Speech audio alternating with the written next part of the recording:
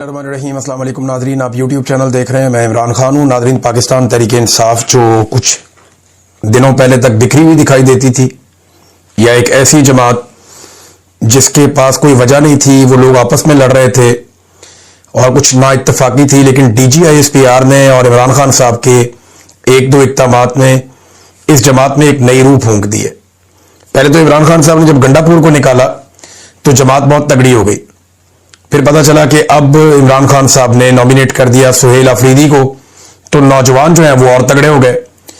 फिर जो DGISPR ने कल के दिन प्रेस कॉन्फ्रेंस की, उसने पाकिस्तान तहरीक इंसाफ में एक नई रूह फूंक दी है। यानी DGISPR का जितना शुक्रिया अदा करे पाकिस्तान तहरीक इंसाफ उतना कम है।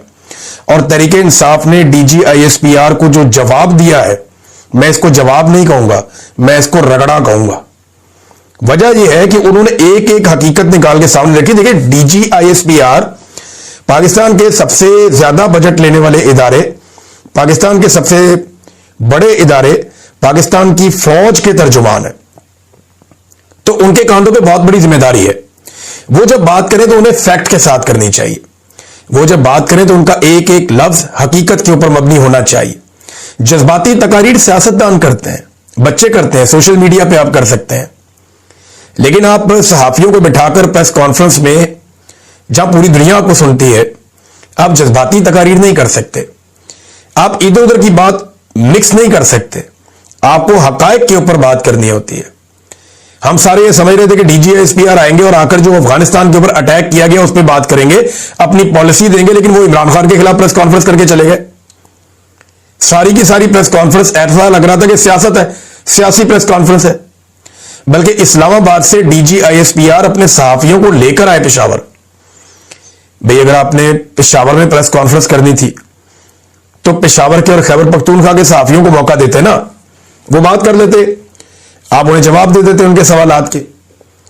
लेकिन बजाय इसके कि खैबर पख्तूनख्वा या पेशावर के सहाफियों को फेस करते, उन्होंने ज्यादातर अपने सहाफी साथ इस्लामाबाद से लेकर आए, जिनके साथ वो कंफर्टेबल रहते हैं।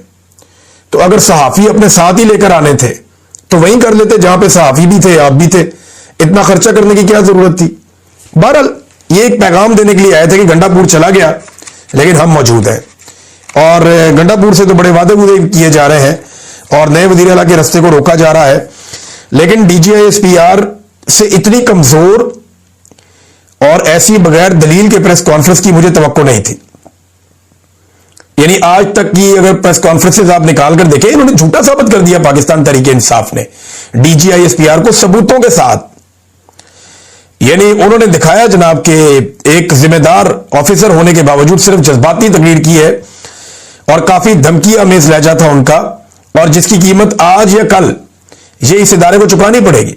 जबकि PTI ने एक एक अखबारी तराशा, वुज़रा के बयानात, जो PDM के बयानात हैं वो सारे, इमरान खान साहब के बयानात, जनरल बाजवा के बयानात और तारीखी वाकयात की अखबारी रिपोर्टिंग्स निकाल निकाल कर, हाईलाइटर लगा लगा के उन्होंने साबित किया कि DG साहब आप झूठ बोल रहे हैं।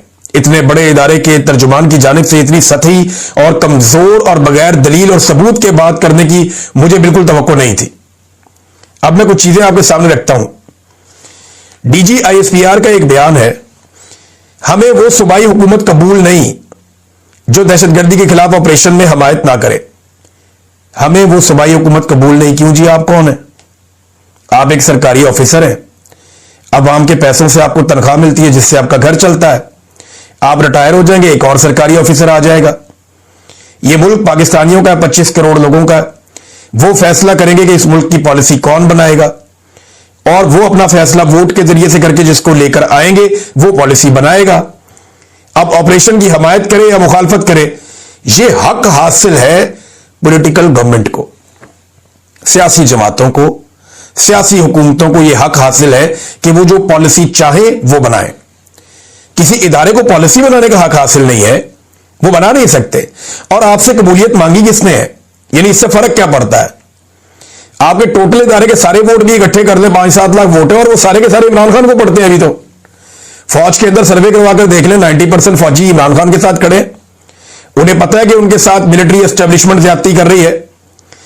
तो उन्होंने कहा जी हमें वो सूबाई हुकूमत कबूल नहीं। आप जुर्रत चेक करें, आप दिलेरी चेक करें आपके, हमें कबूल नहीं है। ये तो कभी आमरों ने ऐसी बातें नहीं की, डिक्टेटरों ने ऐसी बातें नहीं की जैसी DGISPR करके चले गए कि हमें वो सूबाई हुकूमत कबूल नहीं है। भैया आपका हैसियत क्या है आपकी? आप कैसे कह सकते हैं कबूल है या नहीं है?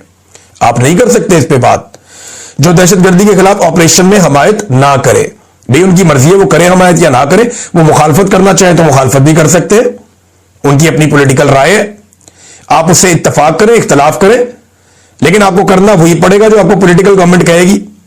और इमरान खान की राय जो है वो पाकिस्तान का वज़ीर आज़म है, एक्चुअली तो वो है जिसको सारे लोगों ने वोट डाला। ये तो आपने छीन लिया, जाली फॉर्म 47 देकर उससे उसका आपने हक छीना। बहरहाल ये एक सबूत के तौर पे ये बयान हमेशा मौजूद रहेगा और ये हॉन्ट करता रहेगा ये बयान पाकिस्तान की फौज को। ये मेरी बात आप आज लिख कर रख लें।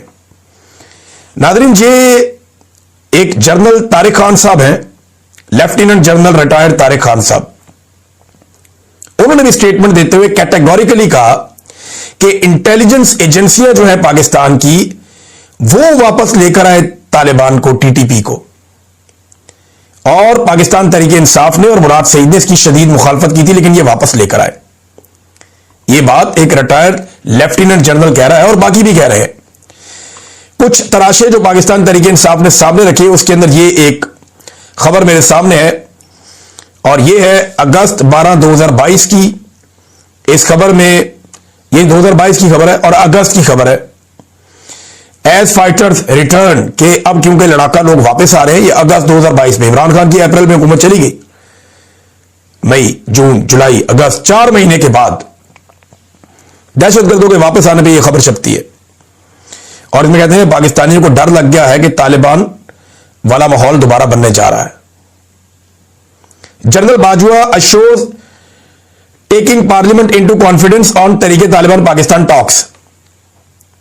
जनरल बाजवा ने यकीन दिलाया कि वो पार्लियामान को तालिबान के साथ बातचीत पर एतमाद में लेंगे। यह खबर कब की है? यह नवंबर 9, 2021 की है, जब जनरल बाजवा ने यह प्लान बनाया था और उन्होंने कहा था, यह अखबारात में लिखा हुआ, इनमें किसी पे केस नहीं किया, ना बाजवा ने ना किसी और ने। और फिर एक और खबर, राना सनाउल्लाह का स्टेटमेंट, और ये एक नहीं बहुत सारे स्टेटमेंट है। राना सनाउल्लाह का स्टेटमेंट है, इसके अंदर मरियम औरंगजेब का स्टेटमेंट है, इसके अंदर जरदारी साहब के हवाले से भी एक स्टेटमेंट है, इसके अंदर जो मिलिट्री एस्टेब्लिशमेंट है या DGISPR है उनका एक प्रेस रिलीज भी है इसी के अंदर। और इन्हीं दिनों में अंदाजा कीजिए आप, जो साबित करता है कि तालिबान इमरान खान के दौर में वापस नहीं आए। एक भी दहशतगर्द इमरान खान के दौर में वापस नहीं आया क्योंकि पॉलिसी बनी नहीं थी।